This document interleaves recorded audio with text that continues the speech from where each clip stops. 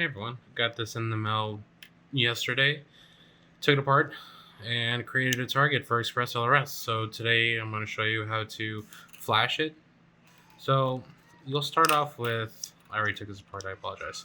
There's 4 screws. The 2 long ones go at the top, 2 short ones at the bottom. You just take it apart.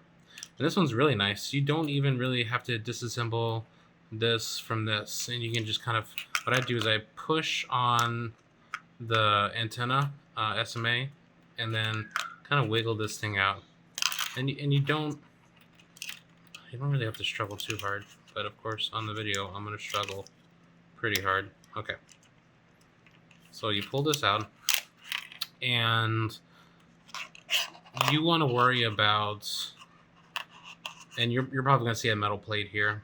I had to take it off to make the target. So you have your data, you have ground, and then you'll have clock at the bottom.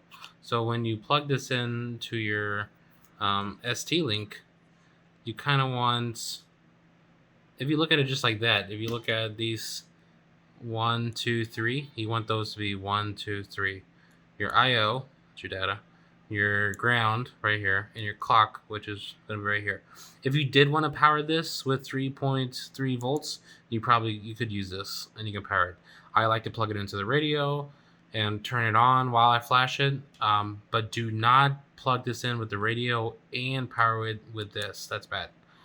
Make sure you do one or the other. I like to do this because I can test the Lewis script. I can keep updating it while this is being powered with the radio, and I get to debug a little bit. So this is what I recommend. Do not use the 3.3 on here. Power it through here. Just safer. Once you do all that, I cut a little hole in here. The bootloader should work. I need to test that, but you'll be able to flash it with the TX Lite or openTX, wherever you want to use it on.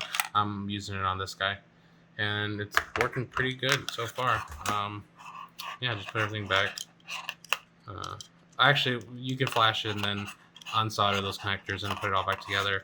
Me, I'm a bit crazy. I like to have STlink to flash it, even with the bootloader option. This is faster. It makes me look crazy at the airfield, but yeah. Let's get started. So now it's time to remove the protection on the Ghost. Download STM32 STlink Utility. Look in the description for a link. With this program, we're going to select target and go to option bytes. And then we're going to remove the read protection. You should see level 1. If you have never flashed, we need to switch this to level 0 for the readout protection. And then we need, you'll see some of these selected already. Let's unselect all. And now be careful. Once we do this, there is no going back to Ghost. This will corrupt the firmware, and you're stuck with having to flash ELRS. Click apply, and we're good to go. So just I just Google ExpressLRS. I'm lazy and I don't bookmark it. But if you go to ExpressLRS and just click on the main group, you'll find the configurator. You can open that up and go to, where is it? I always forget where it's at every time. Releases. And I'll put this link in the description so you don't have to do what I'm doing. But if you look at this, changelog, bam, add Ghost TX Lite. So now we got this. No need to use VS Code. No need to use my silly branch. Now you can download it on Mac, Linux, or we're going to use Windows. So you guys can watch me install this real time if you guys had any issues doing that. So now that's open. Let me make sure this is in the screen.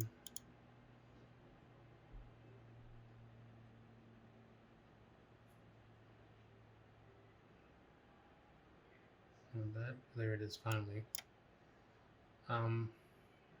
Yeah, only for my account. I think I had issues when I installed it as an administrator for everybody, so.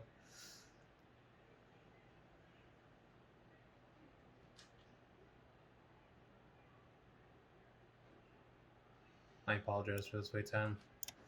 If I was a better video editor, I could shorten this up a little bit. speed it up.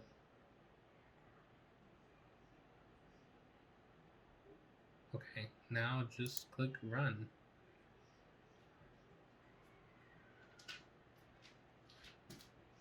Okay, now let's resize this so we can all see it. Okie doke. Now you go to, it's not official, so you still have to go to the Git branch, but now we can just look for develop. And once you click on develop, now we can look for the target, Ghost TX Lite. And this is the first time I'm doing this, so hopefully it works. I'm going to use my bind phrase and hybrid switches. I love that. You can enable telemetry if you want. And yeah, let's do it. Build and flash. Now make sure your STlink is connected. All the original steps are going to be the same as the Ghost TX and the original video I made. And you can sit here and watch this.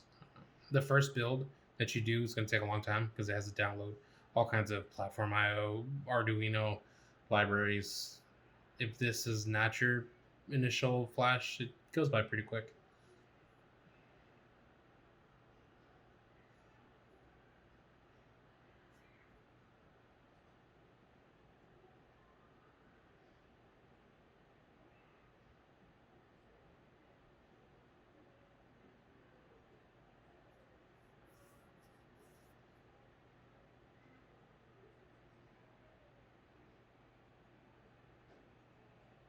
And if everything goes well, you should hear some music.